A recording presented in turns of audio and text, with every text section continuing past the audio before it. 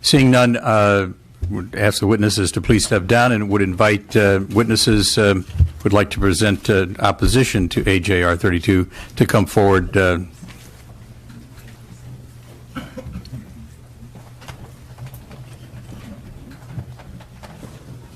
Again, there will be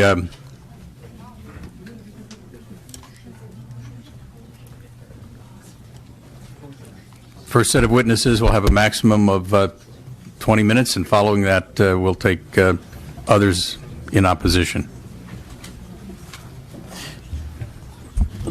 Dear Assembly members, I will be interpreting the testimony of Mr. Yevdayev, who will give his testimony in Azerbaijani language. Hörmətli Assembly üzvləri, mən Malik Yevdayev, Azərbaycanda Yahudi icmasının sədriyəm. Belə bir qərəzli sənədin qanunverici orqana təqdim olunması məni sarsıtdı.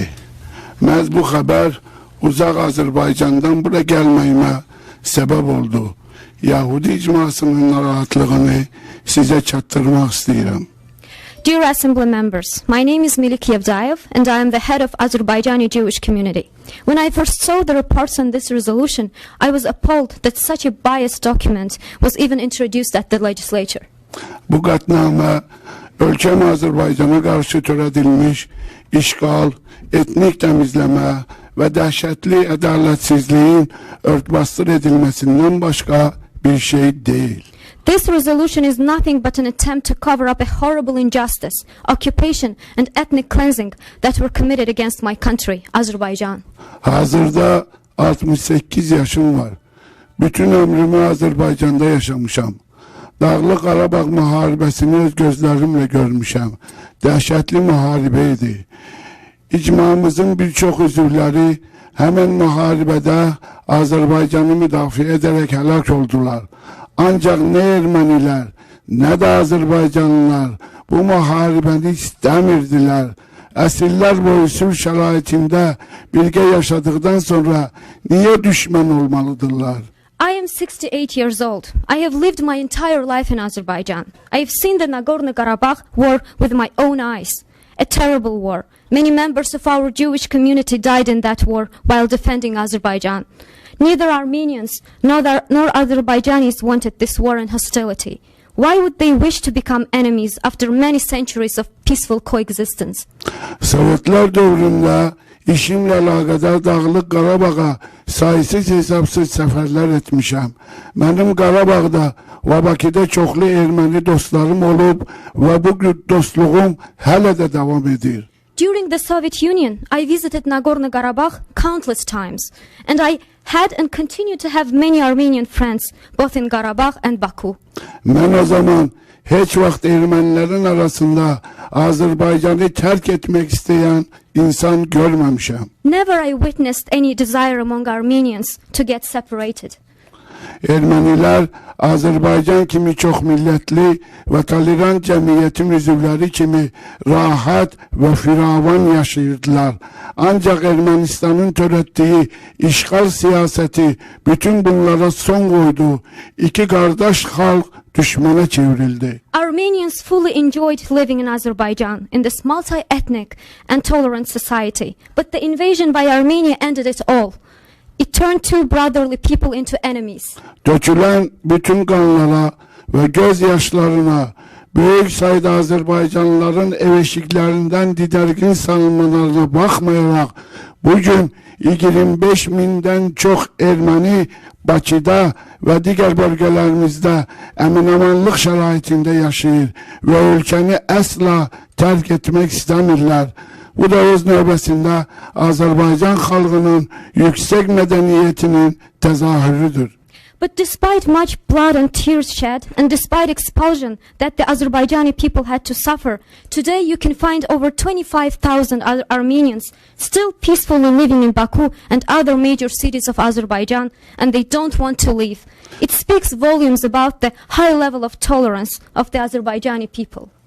Azerbaycan bütün dünya için numune olabilecek tolerantlık modeline maliktir.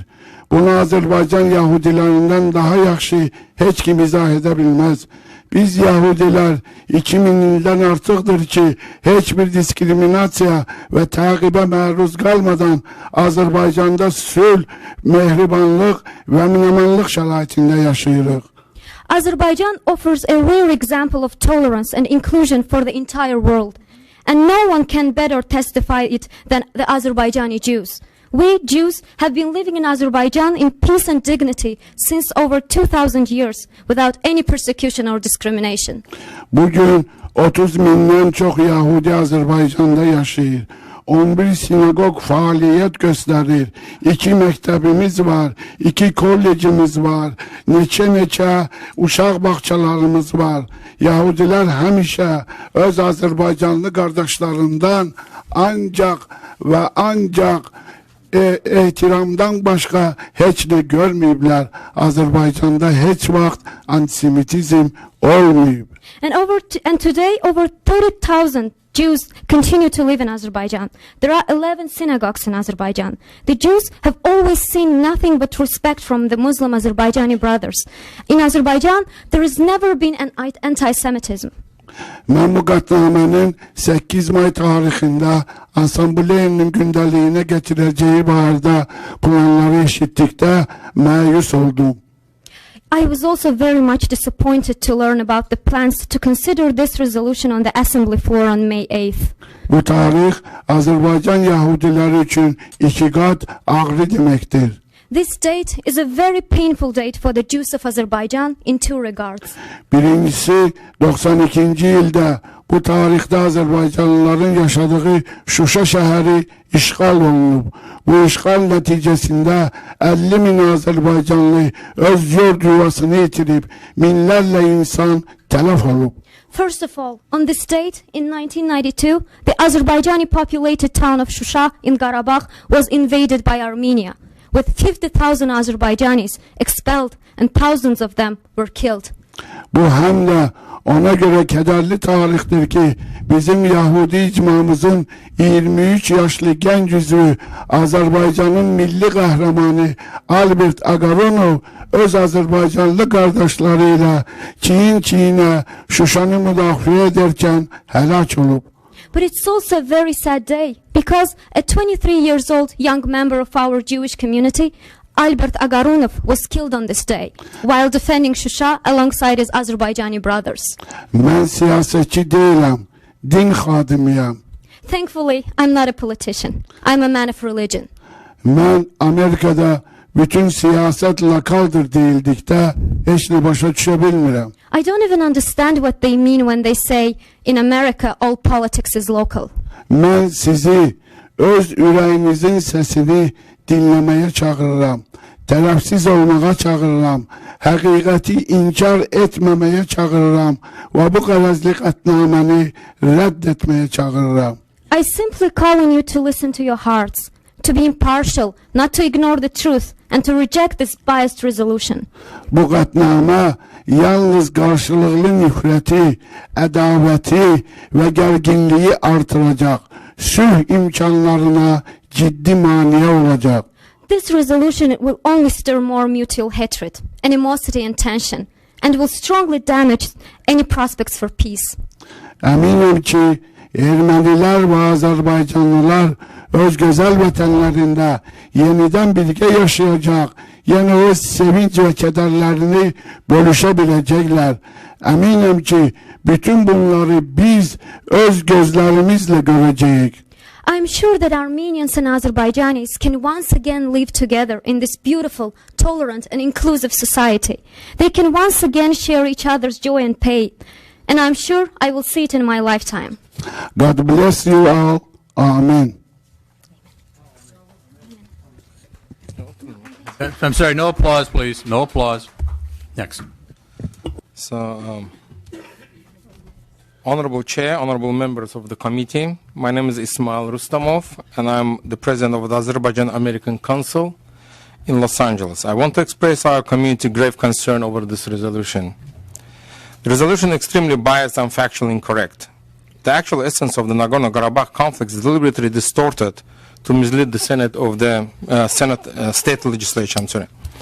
I would like to draw your kind attention to some important facts. First of all, contrary to what draft resolution claims, Nagorno-Karabakh has not been historically Armenian territory. It was part of different Azerbaijani domains and states throughout the history. In fact, the word Karabakh is an Azerbaijani word that means black garden. Second, the whole international community, including the United States, recognizes Nagorno-Karabakh as part of Azerbaijan. The United Nations Security Council passed 4 resolutions in 1993 recognizing Nagorno-Karabakh as part of Azerbaijan. With the help of Russia, Armenia invaded these regions as well as 7 other regions of Azerbaijan. The most tragic consequence of this occupation was the horrible ethnic cleansing carried by Armenian troops against Azerbaijani population. Armenia expelled around 800,000 Azerbaijanis from these territories.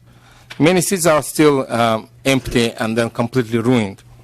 These people are still refugees in their own country and are not allowed by Armenia to return to their homes. This so-called Nagorno-Karabakh Republic is not recognized by any country in the world as an independent state. Even Armenia itself does not recognize it as an independent state.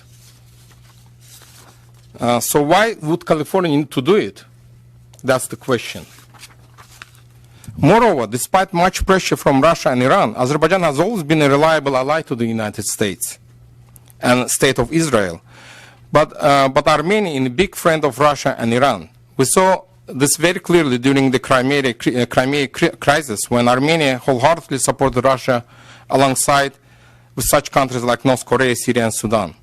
This is a typical example how Armenia has allowed itself to become Russian outpost in the region.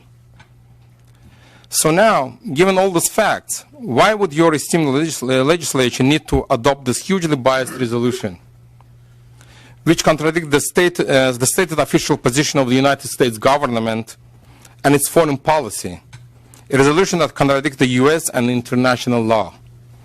Does the author realize that the adoption of this resolution would damage the peaceful settlement of the conflict? Does he wish to create a war instead of peace in the region? The author should not mislead the Assembly members with the false propaganda reflecting the wishes of Armenian lobby. Dear committee members, considering all these facts, we urge you not to allow special interest groups deceive you. Reject this biased and divisive resolution. Thank you. Dear ladies and gentlemen, my name is Elnur Aydinov. I'm a member of Azerbaijani community in California. I'm personally affected by this Karabakh conflict and subsequently by this resolution. My family was a victim of ethnic cleansing committed by Armenia. That's why I'm here. The expulsion of Azerbaijanis actually did not start from Karabakh, but well before Armenia itself. Prior to 1988, my family was one of the tens of thousands of families living in Armenia. About 350,000 Azerbaijanis were living in this country. But when the conflict started in 1988, the life of my family and others in Armenia became intolerable. The people whom we called neighbors for many centuries suddenly became aggressive and hostile, demanding us to leave our homes and livelihoods. I was very little, about a year old, when this exodus started. My entire family, about 60 people, was brutally subjected to this ethnic cleansing, and we were not the only ones. I remember my grandmother telling the stories how the first cohorts of Azerbaijanis were forced to leave their homes in Megri and Kafan regions. Those were the first places where Azerbaijanis were subject to mass beatings and brutal aggression by local Armenians. In many cases, people were fleeing their homes barely clothed, leaving their belongings behind.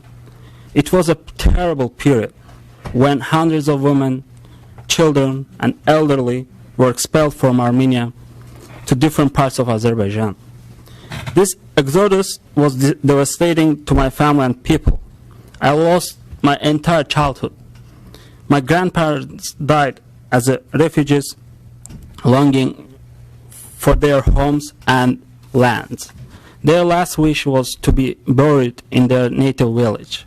We were not able to fulfill this wish, and it still hurts me a lot. And now, here, the Armenian lobby is trying to make the world ignore this brutality. This puppet regime in Nagorno-Karabakh is built on blood and tears of innocent people. The Armenian lobby now wants you to recognize such a regime. I urge you not to be deceived by them. Reject this unjust resolution. Thank you. There's 5 minutes left. I am Tural Badirkhanlu. I got my bachelor and master degrees from MIT. I work for Google. I am founder of a company funded by Google Ventures. As a member of Azerbaijani American community, I'm strongly opposed to this resolution. It's clear that AGR 32 seeks to force the California legislature into assuming a one-sided position to the Armenia-Azerbaijan conflict. The resolution refers to national liberation movement in Nagorno-Karabakh and deliberately neglects to mention how this so-called movement was carried out in reality. I'll tell you how, based on some facts. It was carried out through many horrible war crimes that Armenia committed against Azerbaijani civilians. The largest crime among them was the massacre of Azerbaijani civilians in Khojaly. In February 26 of 1992, the armed forces of Armenia occupied this town and killed over 600 defenseless Azerbaijani civilians, including hundreds of children, women, elderly people. Human Rights Watch called this massacre the largest massacre in the conflict and placed the responsibility for it on Armenian armed forces. The distinctive feature of this massacre was its brutality. Many of the killed Azerbaijanis were murdered with unusual cruelty. They were tortured, scalped, beheaded, blinded. Women and children were raped. Babies were butchered. Pregnant women were beheaded. There are reports of babies being thrown into boiling water. I have some pictures. Babies were not, no one was saved. This is a dead person. This is a father holding a body of a dead child. These are dead children. The bodies are scattered. The elderly people are scattered. This is a man holding a body of his mother. Even the current president of Armenia, Sargsyan, admitted the culpability of this massacre. In an interview to the British journalist Tom DeWall for his book that was published by New York University Press, President Sargsyan shockingly said the following, I quote, "Before Khojaly, Azerbaijanis thought they were joking with us. They thought that Armenians were people who could not raise their hand against civilian population. We needed to put a stop to all that." End of quote. Western media broadly highlighted this bloody mass killing. I will quote some of them. New York Times, March 3rd, 1992, quote, "Women and children have been scalped. Near Agdam, on the outskirts of Nagorno-Karabakh, a Reuters photographer, Frederick Lenglange, said she has seen 2 trucks filled with Azerbaijani bodies." End of quote. Washington Post, February 26, 1992. "Hundreds died in Armenian attack." I quote, "Hundreds died in Armenian attack. Of 7 bodies seen here today, 2 were children and 3 were women." End of quote. Dear Assembly members, AGR 32 is an immoral attempt to misguide you, and I urge you to reject the resolution for the sake of justice and peace. Do not reward Armenia for the Khojaly massacre, ethnic cleansing, and illegal occupation that they are doing. Right, thank you. We'll now take anyone else who wishes to register opposition to AJR 32. If you would line up and give your name and your position, please.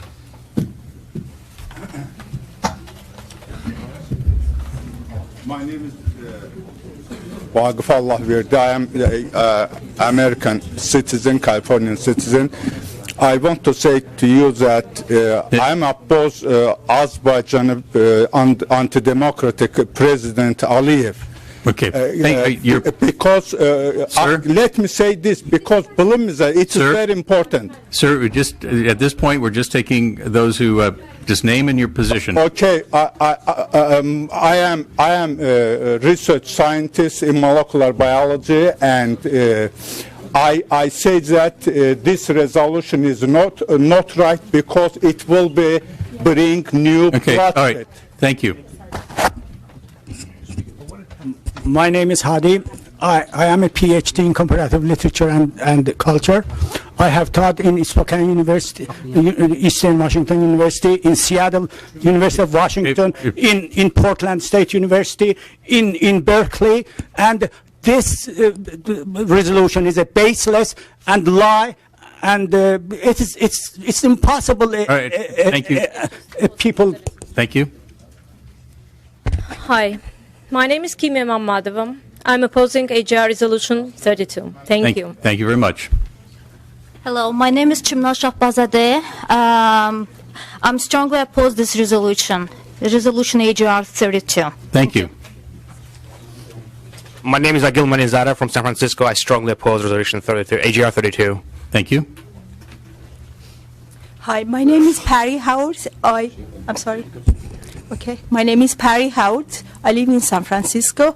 I oppose AGR 32. Thank you. Thank you. Hi, my name is Nayer Posang, and I'm strongly opposing AGR 32. Thank you. Hi, my name is Vali Ahmadi. I am strongly opposing AGR 32. Okay, thank you. Anyone else who would like to express opposition?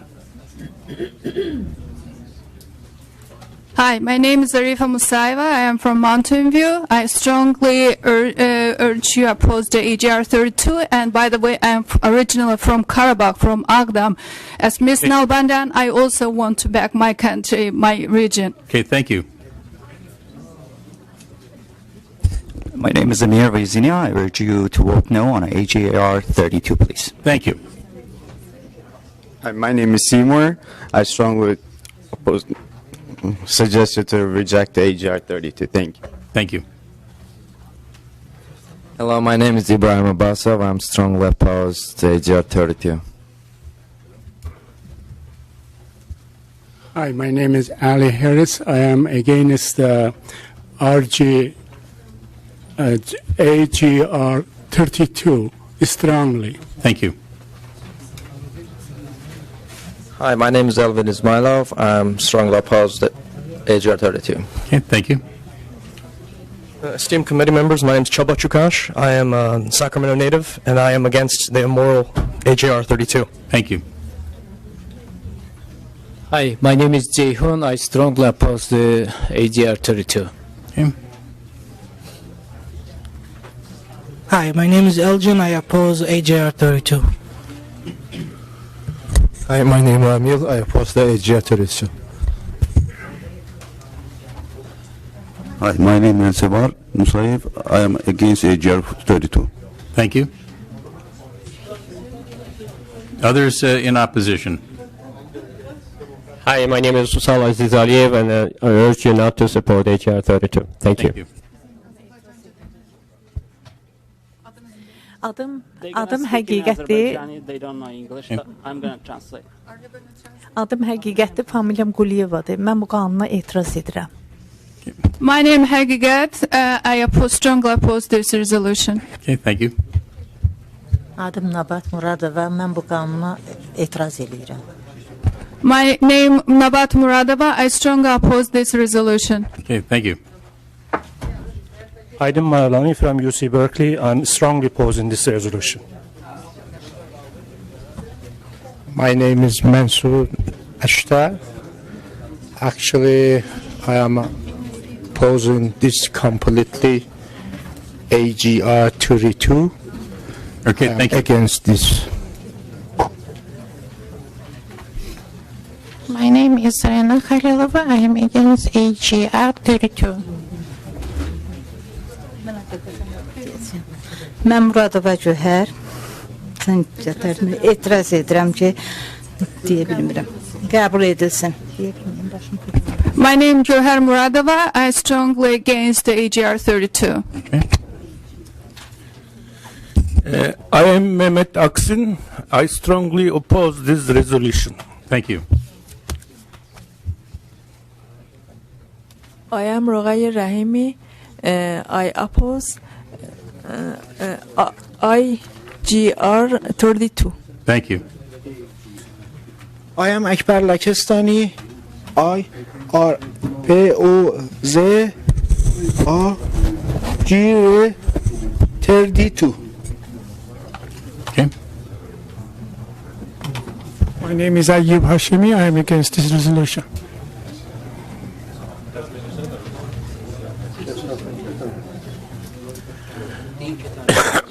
Mənim adım Gülməmməd Məmmədovdur. Mən xahiş edirəm ki, bu 500 min qaskını nəzərə alasınız, bunu rədd eləyəsiniz, qəbul etməyəsiniz. Okay, thank you. I'm going to translate. My name is Gulmamad Mamedov, and I strongly urge you not to support this resolution. Okay, thank you. My name is Ishmael. I am against this resolution, AGR 32. I am Said Nakhai. I like United States help. Everybody get the peace, love, live together. God bless United States. I am Hamid Azari. I am president of Azerbaijani community in Northern California. I am strongly against AJR 32. My name Etibar Mamedov is Belmont. I strong oppose IGR 32. Thank you. Thank you. My name is Hossein Berenj Fruj. I ask you please reject this resolution. Thank you. Anyone else in opposition? Seeing none, we'll close the public testimony. And let me bring it back to my colleagues to see if there are questions or comments from members of the committee, and then we'll have a close from the author. Questions, comments? Seeing none, Ms. Brown, please. I've never been to Azerbaijan, but I have been to Nagorno. Say it again. Nagorno-Karabakh. Thank you, Nagorno-Karabakh. There are few people today that have been there in this particular room, but I found the people there to be warm, friendly, hospitable, and they have a deep desire for self-determination and freedom.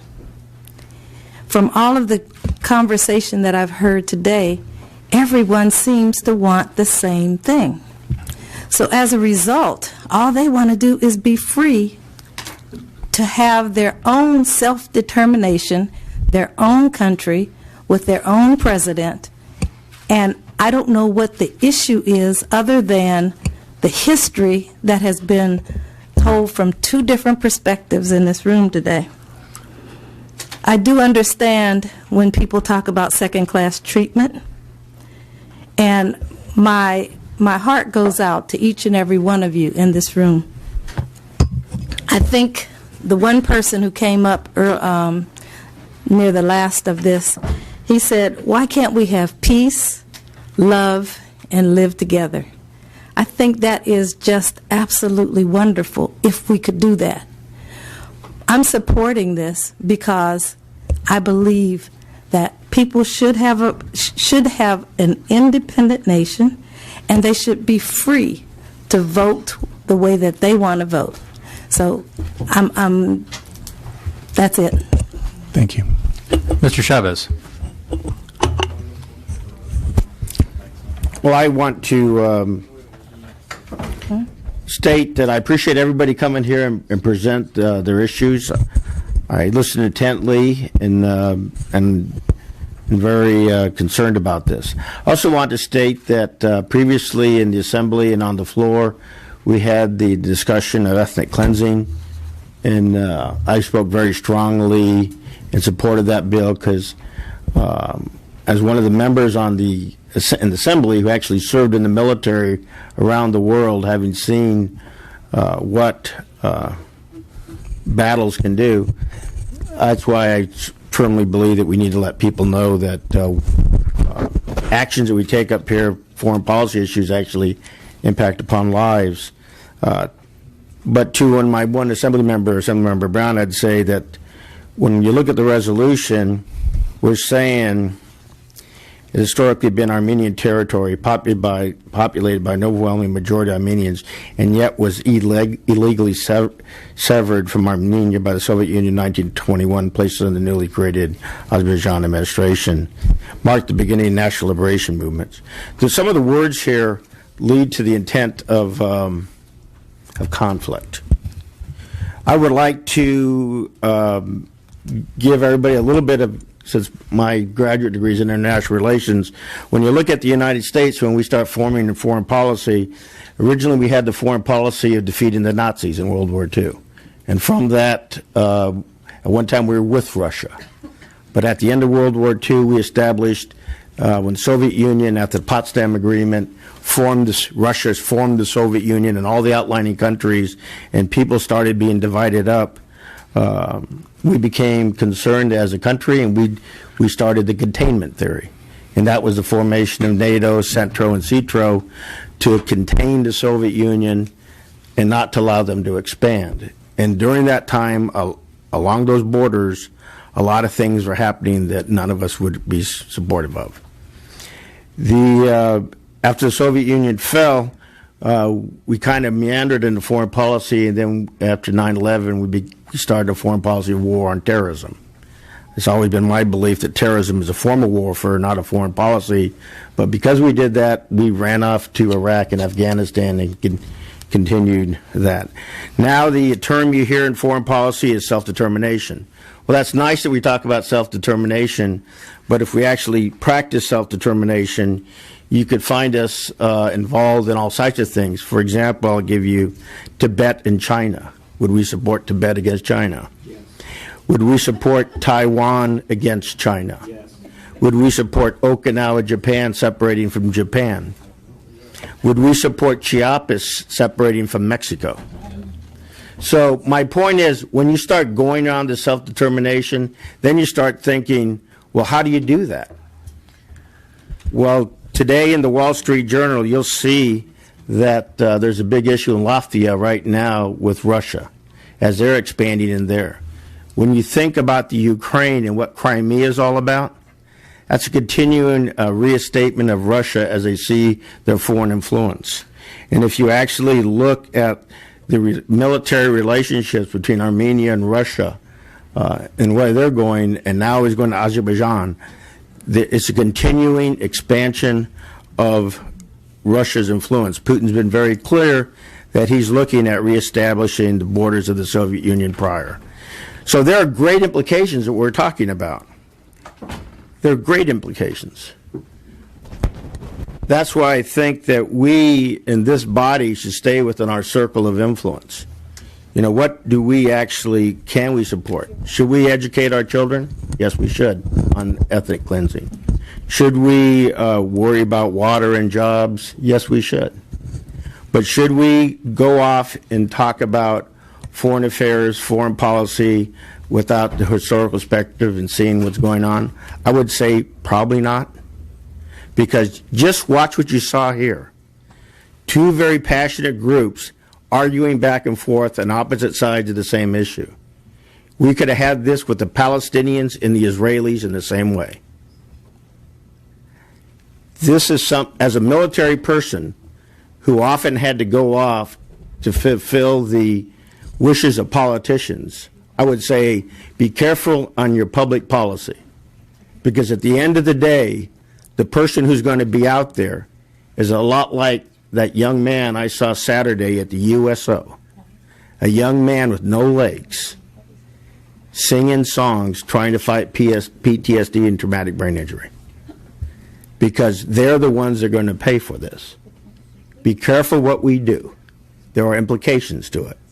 I would say we should, if we had a resolution to talk about supporting all friendly people and love, I would be all over that one.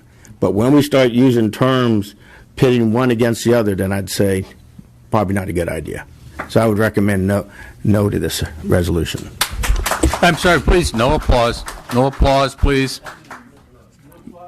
Mr. Nazarian.